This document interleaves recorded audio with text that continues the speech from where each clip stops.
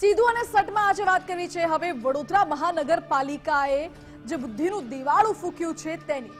કારણ કે વડોદરા મહાનગરપાલિકાને એવું લાગે છે કે અમે તો બહુ જ સ્માર્ટ છે, સ્માર્ટ સિટી અંતર્ગત આવીએ છીએ એટલે બધું જ સ્માર્ટ કામ અમે કરીએ છીએ, સંસ્કારી નગરીની ઓળખ તો પહેલાથી મળેલી છે, પરંતુ કોઈ જ એવું કામ થતું નથી કે સંસ્કારી નગરીનું નામ ઊંચું આવે।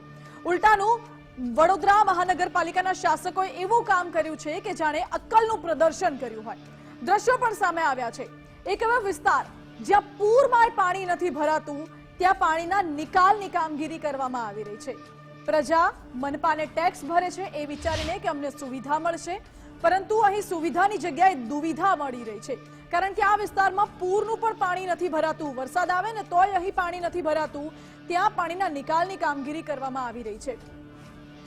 અને કારેલી બાગના આર્યકન્યા રોડ પર આ પાણીના નિકાલની લાઈન નાખવાની કામગીરી કરવામાં આવી છે। અત્યારે સોસાયટીની બહાર લોકો નીકળે એટલે આ લાઈન નાખવાના કારણે જે ખોદકામ થયું છે જેના કારણે રોડ પર ટ્રાફિક જામ તો સર્જાય છે, રહીશોને પણ હાલાકી ભોગવવાનો વારો આવે છે। રહીશો એ સવાલ પૂછી રહ્યા છે કે કયા સર્વેના આધારે તમે આ કામ કર્યું છે તે મહાનગરપાલિકા જવાબ આપે। અમારા સંવાદદાતાએ ગ્રાઉન્ડ પર જઈને આખી સ્થિતિનો ચિતાર મેળવ્યો છે। શું છે આખો મામલો પહેલા તે જાણો। વડોદરા કોર્પોરેશનનું વધુ એક વિવાદિત કામ છે તે સામે આવ્યું છે।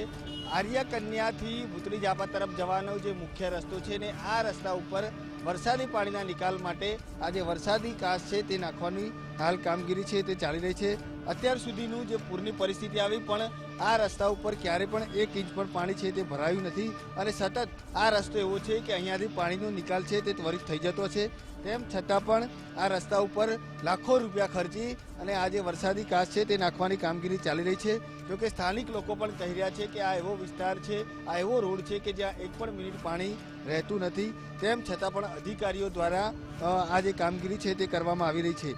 કોના ફાયદા માટે આખી આ જે કામગીરી છે તે કરવામાં આવી છે તે હાલ તપાસનો વિષય બની છે। કયા અધિકારીઓ દ્વારા પણ આજે સર્વે કરી અને આ જે કામ કરાવવામાં આવી રહ્યું છે તેને લઈને પણ હાલ અનેક સવાલ ઊભા થઈ રહ્યા છે। કારણ કે રોડ ખોદી અને પાણીના નિકાલ માટેની આખી આ જે વરસાદી કાંસ છે તે નાખવામાં આવી રહી છે।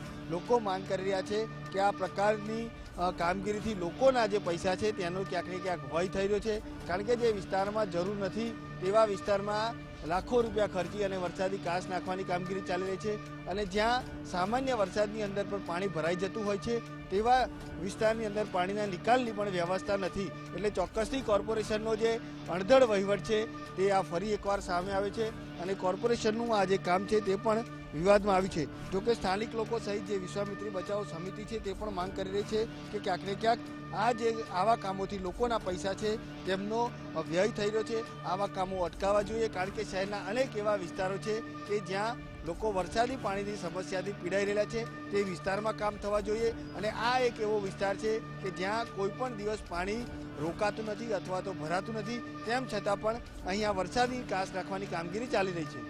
કેમેરામેન ડીકે સોલંકી સાથે અલ્પેશ સુતાર, ગુજરાત ફર્સ્ટ, વડોદરા। તો આપણે જોયું વડોદરાના આ વિસ્તારમાં જ્યાં જરૂર નથી ત્યાં વરસાદી કાંસ નાખવાની કામગીરી ચાલી રહી છે। હવે ગઈકાલે એક સમાચાર આવ્યા હતા, જે સમાચાર એવા હતા કે વડોદરા મહાનગરપાલિકાએ સ્માર્ટ રોડના નામે અક્કલનું પ્રદર્શન કર્યું છે। કારણ કે સ્માર્ટ રોડ બનાવતી વખતે વરસાદી ગટરની ચેમ્બર નાખવાનું જ વડોદરા મહાનગરપાલિકા ભૂલી ગઈ છે। એનો અર્થ એ થયો કે જ્યાં જરૂર નથી ત્યાં વરસાદી પાણીના નિકાલની લાઈન નાખવામાં આવી રહી છે અને જ્યાં ખરેખર જરૂર છે ત્યાં પૂર જેવી સ્થિતિ સર્જાય છે, જ્યાં દર વર્ષે પાણી ભરાય છે અને સ્થાનિકો હેરાન પરેશાન થાય છે, ત્યાં તો તમે ગટરની કાંસ નાખવાનું ભૂલી જ ગયા છો।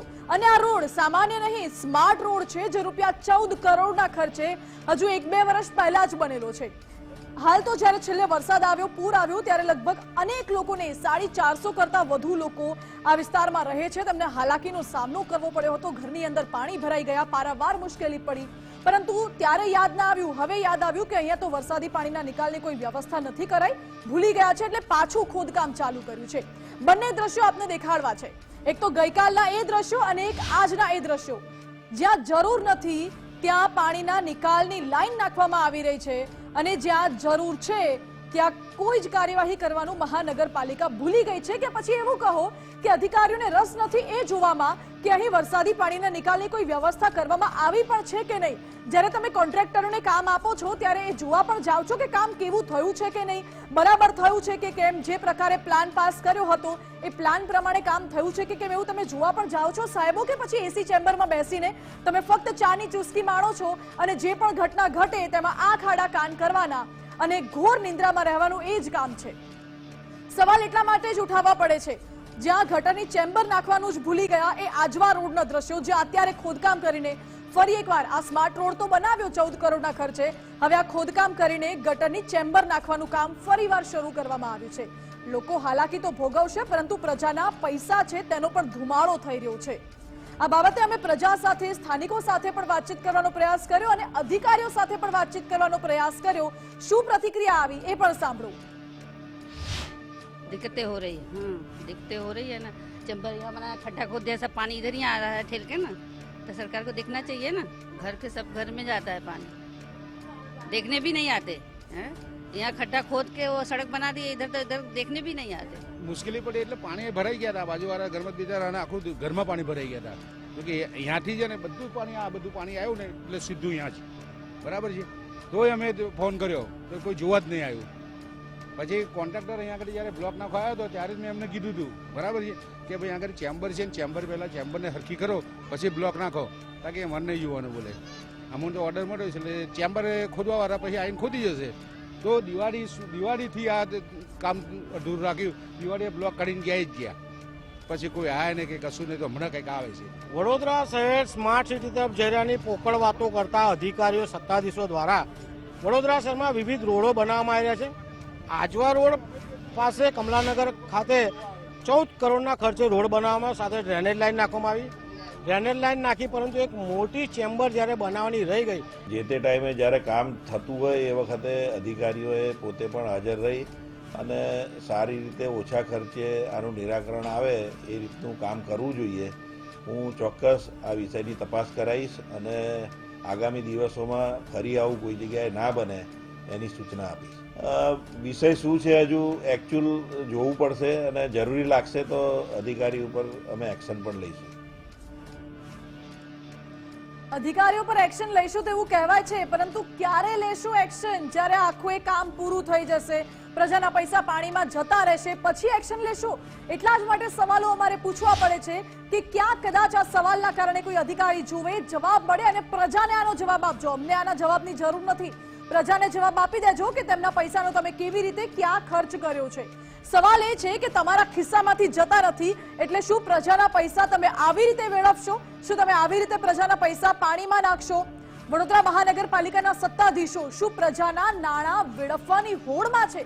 એક તરફ જ્યાં જરૂર નથી ત્યાં પાણીની લાઈન નાખવામાં આવી રહી છે અને જ્યાં જરૂર છે ત્યાં પાણી નિકાલની લાઈન નાખવાનું ભૂલી ગયા છે. તમે કરવા શું માંગો છો? કોઈ પ્લાનિંગ સાથે કામકાજ કરો છો કે પછી આડેધડ રૂપિયા આપો, આપણને આપણું કમિશન મળી જશે અને કામકાજ જેમ થાય છે એમ ચાલ્યા રાખે, પ્રજાનું જે થવું હોય થાય? શું આવું કામ કરો છો તમે? ક્યાં સુધી જન સુખાકારીના જે કામો થાય છે તેમાં આ જ પ્રકારની લાલિયાવાડી ચાલતી રહેશે? એ પણ સૌથી મોટો સવાલ છે.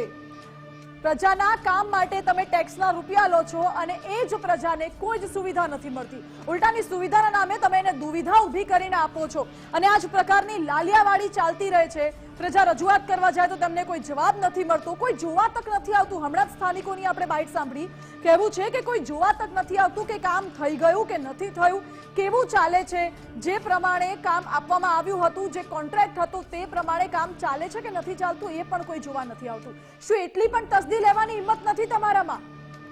સવાલ એ છે કે કયા સર્વેના આધારે પાણી નિકાલની કામગીરી કરવામાં આવી રહી છે? કયા સર્વેના આધારે? તમે શું સર્વે કર્યો તો કે અહીંયા પાણીના નિકાલની જરૂર છે કે કેમ, અહીં પાણી ભરાય છે કે નથી ભરાતું, ક્યાં પાણી ભરાય છે ક્યાં નથી ભરાતું, એવી કોઈ સ્ટડી કરો છો કે નહીં? કે પછી જ્યારે ઈચ્છા થઈ આ વિસ્તારમાં આપણે આ નાખી દઈએ, આ વિસ્તારમાં આમ કરી દઈએ ને આમાં આમ કરી દઈએ, શું આ પ્રકારનું પ્લાનિંગ ચાલે છે? એ પણ સવાલ સૌથી મોટો ઉઠે છે અત્યારે. અને જે જગ્યા પર પાણી જ નથી ભરાતું ત્યાં આ લાઈન નાખવાની જરૂર શું છે? શું જરૂર પડી એવી કે અહીંયા પાણી નથી ભરાતું તો પછી શું મિલીભગત છે, કોન્ટ્રાક્ટર તમારા મિત્ર છે, કોન્ટ્રાક્ટરને ફાયદો કરાવવા માટે એક કામ કરીએ, આ વિસ્તારમાં અહીંયા પાણીની લાઈન નાખી દઈએ એટલે જે પણ પૈસા આવે એ તારું મારું સરવૈયું, આવું કરવા માટે આવું કરો છો તમે લોકો? એ પણ સવાલ અહીં ઉઠી રહ્યો છે. શું આડેધડ કામગીરીની લત લાગી ગઈ છે મહાનગરપાલિકાને કે પછી કોઈને ફાયદો કરાવવા માટે આ પ્રકારનું કામકાજ ચાલી રહ્યું છે? કોઈ કોન્ટ્રાક્ટર સાથે અધિકારીની મિલીભગત હોઈ શકે, સંડોવણી હોઈ શકે, આશીર્વાદ હોઈ શકે અથવા તો મિત્રતા કે સારા સંબંધ હોઈ શકે, એટલા માટે આવું કામ કરો છો. પરંતુ સારા સંબંધના કારણે તમે પ્રજાના લાખો રૂપિયા જે પ્રજા મહેનતથી કમાય છે તેમાંથી ટેક્સ થોડોક આપે છે એ વિચારીને કે આજે અમને સુવિધા મળશે, તંત્ર અમને સારી સવલતો આપશે, સવલતોની જગ્યાએ તમે દુવિધા આપી રહ્યા છો. ક્યારેય પ્રજાને પૂછ્યું છે ખરું કે તમને શેની જરૂર છે, તમને આની જરૂર છે, તમને આની જરૂર નથી? ક્યારે એવો સર્વે પણ કર્યો છે, સ્ટડી કર્યું છે ખરા? શું શાસકો અને કોન્ટ્રાક્ટરની મિલીભગતથી આ નવું જ કૌભાંડ છે તે થઈ રહ્યું છે? તે પણ સવાલ અહીં ઉઠે છે. આ ઘટનાને લઈ સવાલો અનેક ઉઠે છે અને ઉઠાવવા પડે છે, કારણ કે જ્યારે પ્રજાને હાલાકી પડતી હોય છે અને કોઈ સાંભળનારું નથી હોતું ત્યારે અમે લોકો સાંભળીએ પણ છે અને તેનું નિરાકરણ લાવવાનો પ્રયાસ પણ કરીએ છીએ.